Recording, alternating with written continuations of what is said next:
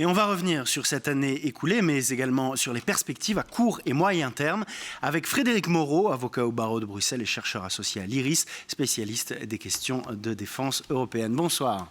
Bonsoir Julien. Merci d'être là. Alors, une année s'est écoulée depuis le lancement par Poutine de son opération militaire spéciale. On voit que l'enjeu aujourd'hui, c'est l'armement, armer l'Ukraine. Là, c'est évidemment la question des avions qui se pose. J'ai observé quand même ces derniers jours, je ne sais pas si c'est votre cas, que l'Allemagne et la France tergiversent pas mal et jouent un peu à contre-courant.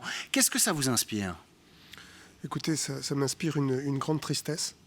Une grande tristesse de voir que les leaders européens des États membres, France et Allemagne en tête, n'arrêtent pas de leurs atermoiements, leurs discours, leurs shows, etc. Mais enfin, ça fait 1 an que la guerre a été déclarée.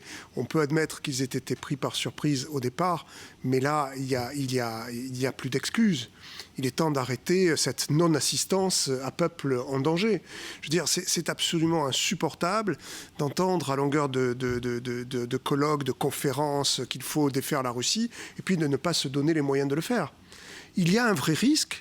Il y a un vrai risque que les Ukrainiens, que le front ukrainien se fasse enfoncer par la Russie. Ne soyons pas trop pessimistes, mais la guerre, on le sait depuis Clausewitz, c'est un affrontement de volonté. La volonté des Ukrainiens est sans faille, de même que leur courage. Mais de l'autre côté, c'est un peu la même chose. Le tsar Poutine est prêt à sacrifier 300 000 soldats, 1 million. Pensez simplement qu'il y a eu 1 million de morts en Russie pendant le Covid. Qui en a parlé ? Bon, ce n'est pas un problème.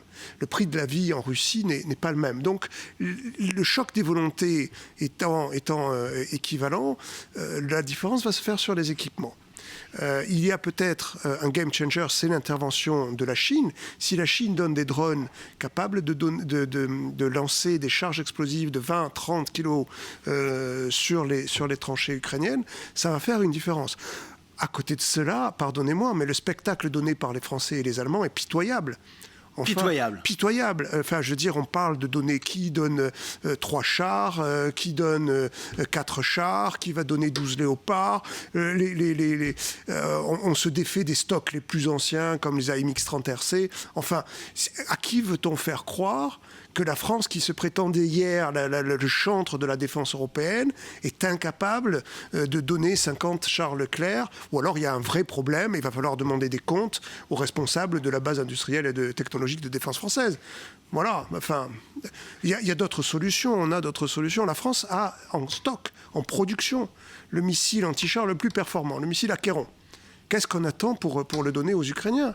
Elle a des Mirage 2000D qui permettent l'attaque à basse altitude sur des positions, l'attaque au sol.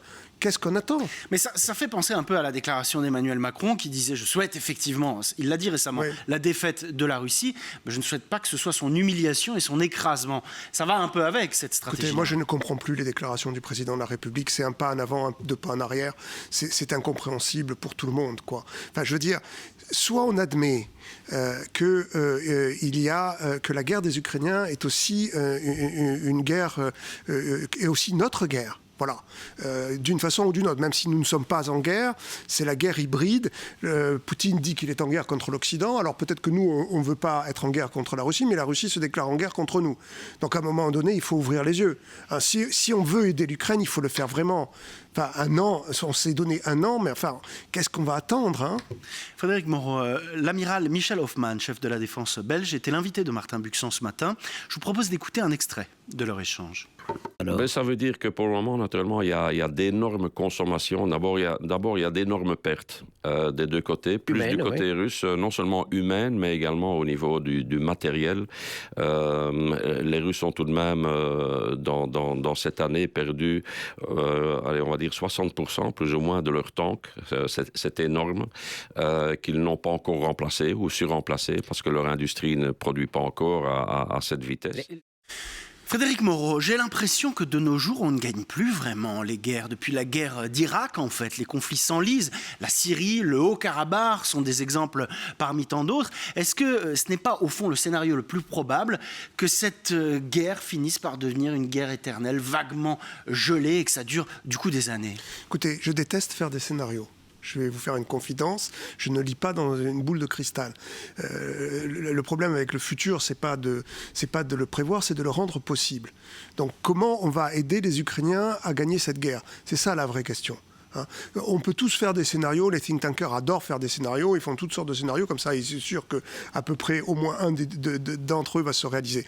Je ne suis pas fondamentalement en désaccord avec ce que vient de dire l'amiral Hoffman, mais il faut aussi distinguer les guerres qui ne peuvent pas être, qui sont des conflits politiques.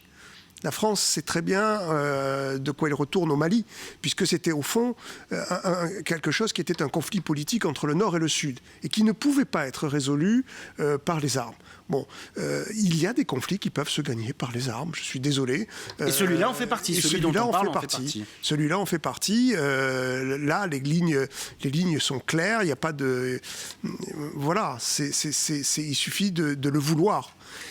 Comment voulez-vous que Poutine interprète les propos d'Emmanuel Macron en disant qu'il ne faut pas écraser la Russie, mais même tous les autres, c'est pas le seul, en disant il ne faut surtout pas, Olaf Scholz vient de dire, il ne faut surtout pas utiliser les armes occidentales pour frapper en Russie. Enfin, c'est un non-sens absolu. Ça veut dire ils ont peur, ça veut dire Poutine, tu nous fais peur.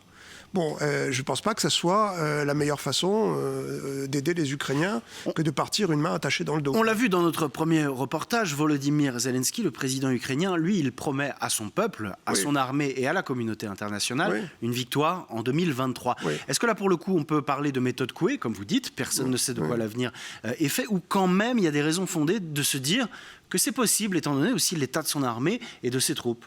Je l'ai dit à l'instant, la guerre est un affrontement de volonté. Et le rôle des dirigeants, le rôle des leaders, est de montrer le chemin et d'affirmer la volonté d'un peuple. De créer cette volonté. De créer cette volonté. Et au bout d'un an, c'est plus dur. Quand De Gaulle, le 18 juin 1940, dit « Nous avons perdu une bataille, mais nous n'avons pas perdu la guerre », enfin, soyons réalistes, qui pouvait le croire, sinon une poignée de gens? Et pourtant, ça s'est avéré. Donc c'est la volonté qui crée le chemin. Donc il a raison, il est tout à fait dans son rôle. À l'échelle européenne, il s'est passé beaucoup de choses aujourd'hui et il y a un acteur qui m'a semblé central, c'est la Pologne, pour plusieurs raisons. Déjà, la Pologne dit, ces sanctions que vous prévoyez pour la Russie, c'est pas assez, c'était la seule voie. Et puis aujourd'hui, la Pologne se dit prête à former des pilotes ukrainiens sur des F-16, dont dispose vraisemblablement l'armée polonaise. C'est un pas de plus vers la fourniture d'avions de chasse. Varsovie dit également livrer encore plus de chars à l'Ukraine d'ici quelques jours. Est-ce qu'en fait, c'est pas sur ça que ça va se jouer, la victoire, sur la volonté de pays comme la Pologne d'absolument aider, beaucoup plus que nous on le fait, unilatéralement, donc, l'Ukraine? Ben oui. Tout simplement, oui. Des grands alliés, des alliés forts. Mais oui, mais tout simplement, encore une fois, c'est une question de volonté. La volonté des voisins, là, pour le coup. Je veux dire, la Pologne, je respecte infiniment la Pologne et le peuple polonais, mais la Pologne, est économiquement parlant, est tout à fait marginale. Au sein de l'Union européenne, il contribue 3% du budget européen. Mais quel effort de volonté, quelle ténacité. Ils ont vu, avant tout le monde, le danger représenté par les Russes. Chapeau. Historiquement, ils connaissent chapeau bas. Mais, oui, voilà. On dit toujours l'OTAN s'est élargie à l'Est, mais c'est pas vrai. Ce sont les peuples qui ont subi le joug russe qui ont bien compris ce que ça voulait dire et qui se sont ralliés à l'OTAN. Les peuples sont tout à fait libres, effectivement. Et chapeau à l'OTAN, et chapeau à la Pologne, et chapeau aux pays baltes. Il nous reste 30 petites secondes. C'est pas assez pour toutes les choses qu'on pourrait se dire, évidemment. Est-ce que vous pensez que les vues qu'on prête à Poutine sur la Moldavie et le Bélarus ces temps-ci sont fondées? Tout à fait. C'est-à-dire que selon vous, il est expansionniste et il va s'attaquer à d'autres pays? L'Empire, il a dit lui-même, le propre d'un empire, c'est qu'il n'a pas de frontières.